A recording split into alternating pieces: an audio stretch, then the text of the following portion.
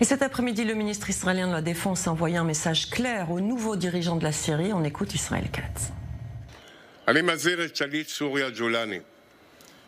Je mets en garde le chef de la Syrie, Al-Jolani. Si vous laissez entrer des forces ennemies en Syrie et mettez en danger la sécurité d'Israël, vous le paierez très cher. L'activité de l'armée de l'air hier, en particulier contre l'aéroport de Tifo à Hama et dans la région de Damas, c'est un message clair et une mise en garde pour l'avenir. Nous ne permettrons pas de nous porter atteinte. Docteur Nir Boms, bonsoir. Vous êtes président du Forum de recherche sur la Syrie au Centre Moshe Dayan pour les études sur le Moyen-Orient. Merci d'avoir accepté notre invitation. Quand le ministre israélien de la Défense parle d'ennemis d'Israël qui rentreraient en Syrie, il parle de qui? Est-ce qu'il parle par exemple de la Turquie, des troupes turques ou d'autres éléments ennemis d'Israël?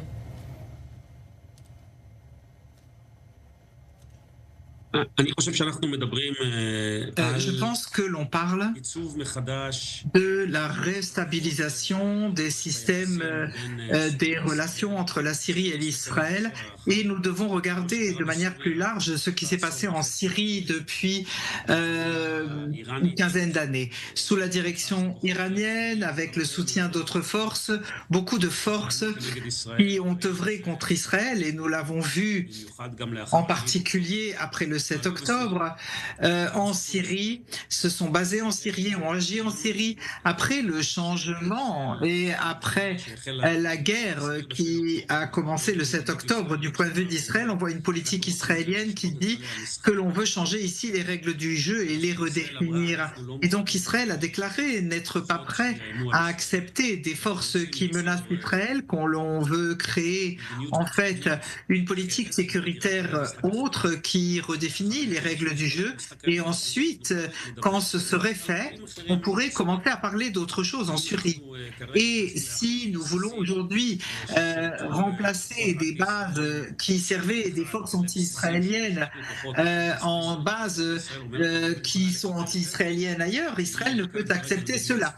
Et donc, c'est une politique militaire, et donc sur la base de la déclaration que si on comprend la politique militaire en l'état et qu'on peut accepter les nouvelles règles du jeu, on pourrait changer d'autres choses ultérieurement entre Israël et la Syrie. Oui, alors justement, on parle d'une part d'un rapprochement possible entre le nouveau régime syrien et Israël, et d'autre part des velléités de ce nouveau régime, des velléités possibles. On a vu par exemple la libération de prisonniers du Hamas et du djihad islamique en Syrie, ce qui n'est pas un bon signe vers Israël, et en même temps des déclarations de Al-Jolani plutôt en tendant la main vers Israël.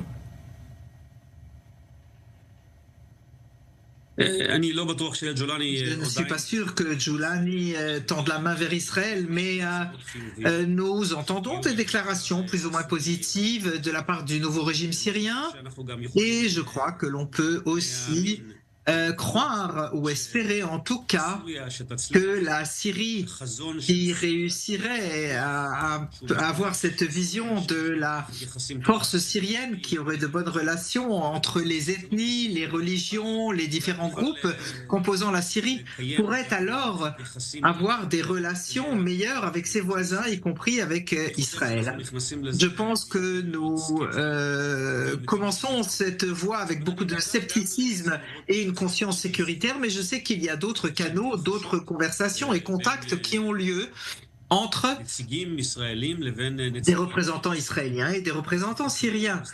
Nous étudions et regardons cela de près en essayant de comprendre est-ce qu'il y a des partenaires possibles, est-ce qu'on peut arriver à une autre réalité. Je ne pense pas que la voie militaire soit la seule pour définir les relations entre les deux États, et j'espère que les semaines et les mois à venir montreront qu'il y a d'autres manières.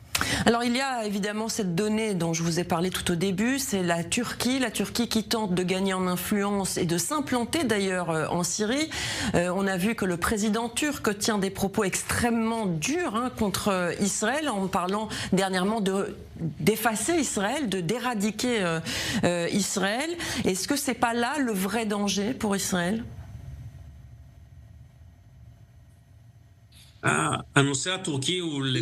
L'aspect turc est tout à fait en rapport à la politique israélienne en Syrie aussi. Et je pense que ce qu'Israël dit souhaiter des voisins différents.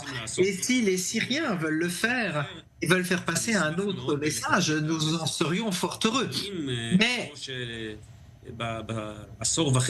si, comme depuis 15 ans, les Syriens étaient limités aux auspices iraniens et en Suisse les forces djihadistes en tout genre qui ont agi contre Israël, alors même toutes les déclarations syriennes elles-mêmes, s'il y a d'autres forces et c'est ce qu'elles font, ce ne sera pas une solution.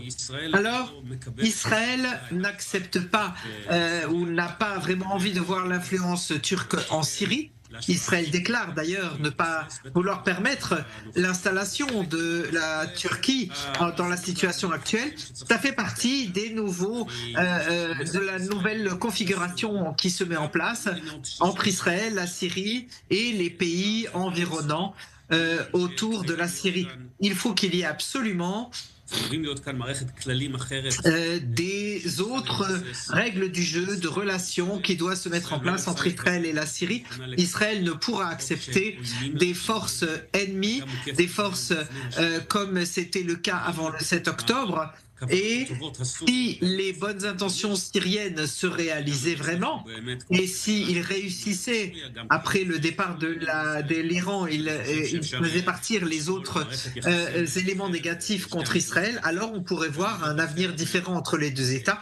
Et je suis parmi ceux qui, en Israël, appellent de leur vœu ceci et font le nécessaire pour que les conditions mûrissent pour un tel dialogue et un changement du statu quo entre les deux États. Merci beaucoup, Dr Nir Boms, d'avoir répondu à nos questions sur i24 News.